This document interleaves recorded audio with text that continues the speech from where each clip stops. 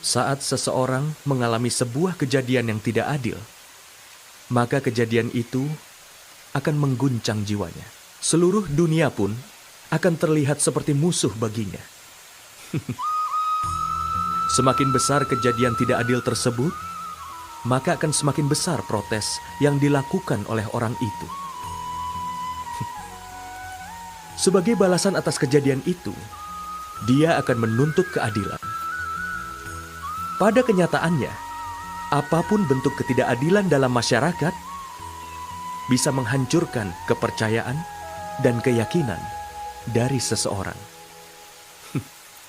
Tapi, apa itu keadilan? Apa artinya keadilan?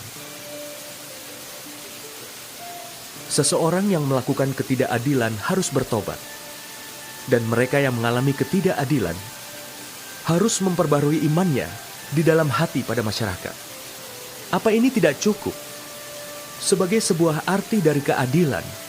Tapi orang yang tidak benar selalu bicara keadilan dan memilih cara balas dendam. Dia memilih mengalahkan kekerasan dengan kekerasan.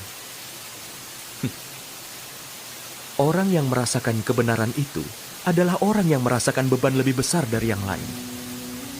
Dan saat melewati jalan ini, yang menekan pun menjadi yang tertekan. Tidak lama kemudian dia pun berubah jadi penjahat.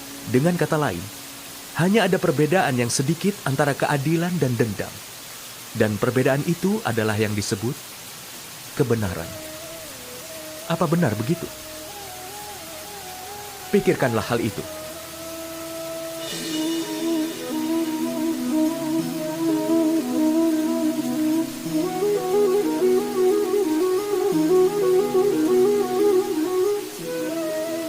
Setiap peristiwa dalam hidup adalah menentukan keputusan. Dan setiap keputusan yang diambil akan berdampak baik dan buruk bagi manusia. Dan dampak itu akan dirasakan untuk selamanya. Keputusan yang diambil saat ini bisa menghadirkan kebahagiaan atau kesedihan di masa depan. Bukan hanya untuk satu orang, tapi untuk sebuah keluarga dan masa depan generasi setelah itu. Saat seseorang berhadapan dengan sebuah dilema, hati pun jadi terganggu, lalu dipenuhi dengan kebimbangan. Saat untuk membuat keputusan pun menjadi sebuah pertempuran, dan hati pun jadi medan tempur. Kita banyak mengambil keputusan bukan untuk mencari sebuah solusi, tetapi untuk menenangkan hati seseorang. Tetapi, adakah yang bisa makan sambil berlari? Tidak. Lalu bisakah sebuah hati dalam keadaan yang kacau mengambil keputusan yang benar? Pada kenyataannya, saat seseorang mengambil keputusan dengan pikiran yang tenang, dia pasti akan punya masa depan yang bahagia. Tetapi, saat seseorang mengambil keputusan untuk menenangkan hatinya sendiri, itu akan memberi dia beragam penderitaan dan kesedihan di masa depannya. Pikirkanlah hal itu.